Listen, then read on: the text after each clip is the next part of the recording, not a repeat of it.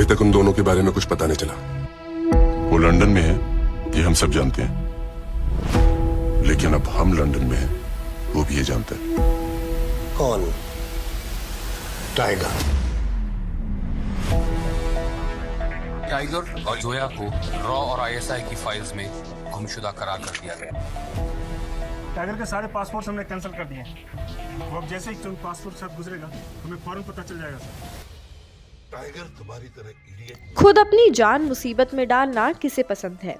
सब ऐसे काम या तो पैसे के लिए करते हैं या घर वालों के लिए या किसी मजबूरी के कारण। जानबूझकर ऐसे खतरे में कौन पड़ना चाहता है? लेकिन कुछ होते हैं ऐसे जाबाज जिनके लिए सपना होता है कुछ ऐसा ही बड़ा करके दिखाना, चाहे फिर उससे उनकी जान ही क्यों ना चली जाए।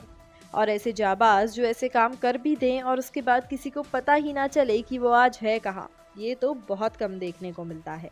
क्या हुआ, आप भी हैरान रह गए ना? जी हाँ दोस्तों, और आज आपके सामने लेकर आए हैं एक ऐसे ही जाबाज की कहानी जिसने देश के नाम अपना पूरा जीवन लुटा दिया।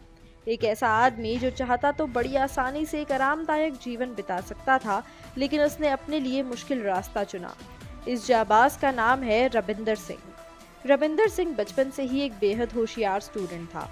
आंखों में चमकती रोशनी और बुलंद आवाज उसकी पहचान थे। स्कूल में सब टीचर्स उसे सिपाही कहकर बुलाते थे, क्योंकि वो हमेशा कहता था कि वो बड़े होकर बॉर्डर पर खड़े सिपाहियों की तरह देश की रक्षा करेगा। यहाँ तक कि स्कूल में होने वाले हर नाटक में भी वो सिर्फ तभी हिस्सा लेता था अगर वो नाटक देश से जुड़ा हो और उसे उसमें कुछ बड़ा रोल प्ले करने का मौका मिले। और इसी देशभक्ति के चलते उसने इंडियन आर्मी ज्वाइन की। इंडियन आर्मी में भर्ती होने के बाद उसे कई सारी ऐसी बातें पता चली जिसके बारे में उसे पहले कुछ भी नहीं पता था। उसने जाना कि कैसे सिर्फ देश प्रेम ही सब कुछ नहीं होता, बल्कि देश के लिए असल में कुछ करना है तो सिर्फ आर्मी ऑफिसर बनकर आप कुछ खास नहीं कर सकते। वो अपने काम में बेहद निपुण था और कुछ ही सालों में उसका प्रमोशन हो गया और जल्द ही उसे मेजर की पोस्ट ऑफर की गई। वो बेहद खुश था कि उसे मेजर बनाया जा रहा है, लेकिन उसे ये बात हमेशा खलती थी कि वो कभी असल में देश के लिए कुछ नहीं कर पाता। उसके अनुसार उसके नीचे काम करने वाले बॉर्डर के सिपाही उससे ज़्यादा काम कर रहे थे और वो देश से अधिक प्रेम करते थे। और इसीलिए बेहद सोचने और जांच पड़ताल करने के बाद उसने फैसला लिया कि वो रॉ इंडिया के रिसर्च एंड एनालिसिस विंग को ज्वाइन करना चाहता है।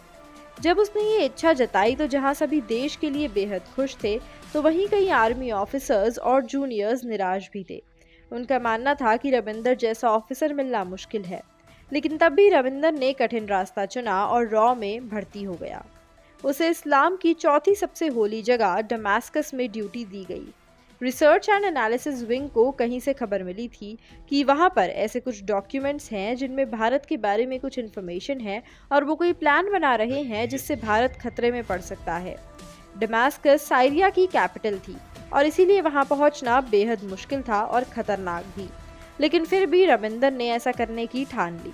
वो बेहद चुनौतियों का सामना करने के बाद डमास्कस पहुंचा और वहां बिना किसी जान पहचान के अकेले ही काम पर लग गया। वो दिन भर यही देखता रहता था कि कहाँ कौन से ऑफिसर्स जा रहे हैं और डॉक्यूमेंट्स किसके पास हो सकते हैं। बेहद जांच पड़ताल करने के बाद उसे एक ऑफिस के बारे में पता चला जहां ऐसे सारे लीगल डॉक्यूमेंट्स रखे जाते थे।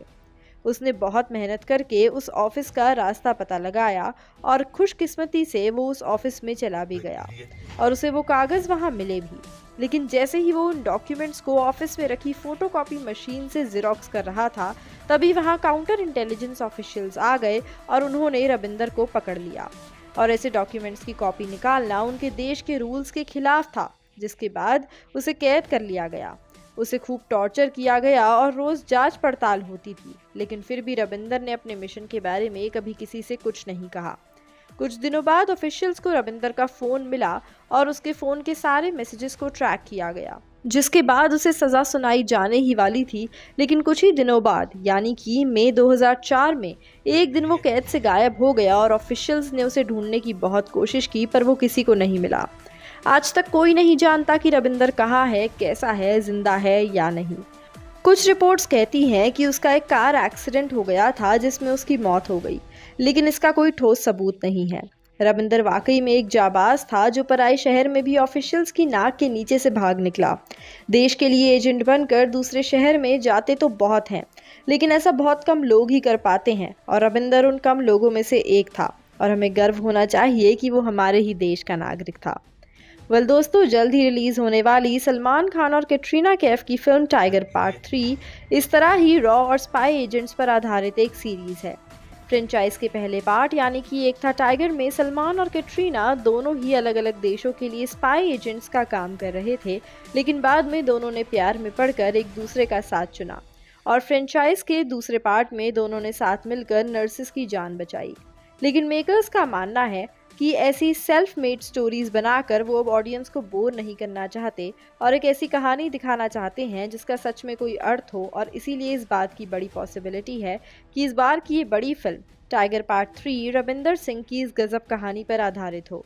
इस बार मूवी की स्टार कास्ट में इमरान हाशमी भी नजर आने वाले हैं और यदि ये कहानी फिल्म में दिखाई जाती है तो हाशमी साहब काउंटर इंटेलिजेंस ऑफिशियल्स का रोल जरूर अदा करेंगे। वेल दोस्तों, आज के लिए इतना ही। आपको रविंदर सिंह की ये दमदार कहानी कैसी लगी हमें कमेंट सेक्शन में ज़रूर बताइएगा और ऐसी ही और इंटरेस्टिंग अपडेट्स और दिलचस्प कहानियों के लिए जुड़े रहिए हमारे साथ और सब्सक्राइब करें हमारे चैनल बॉलीग्राज स्टूडियोज़ को। आपसे जल्द ही दोबारा मुलाकात होगी, तब तक के लिए bye bye, take care and stay safe.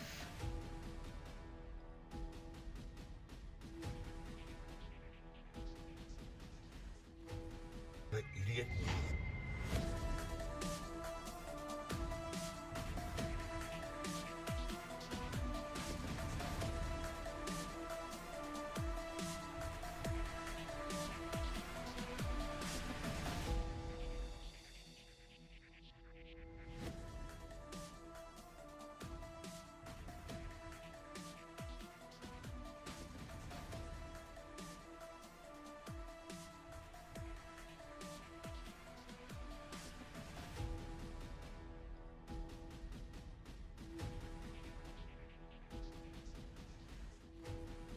Idiot.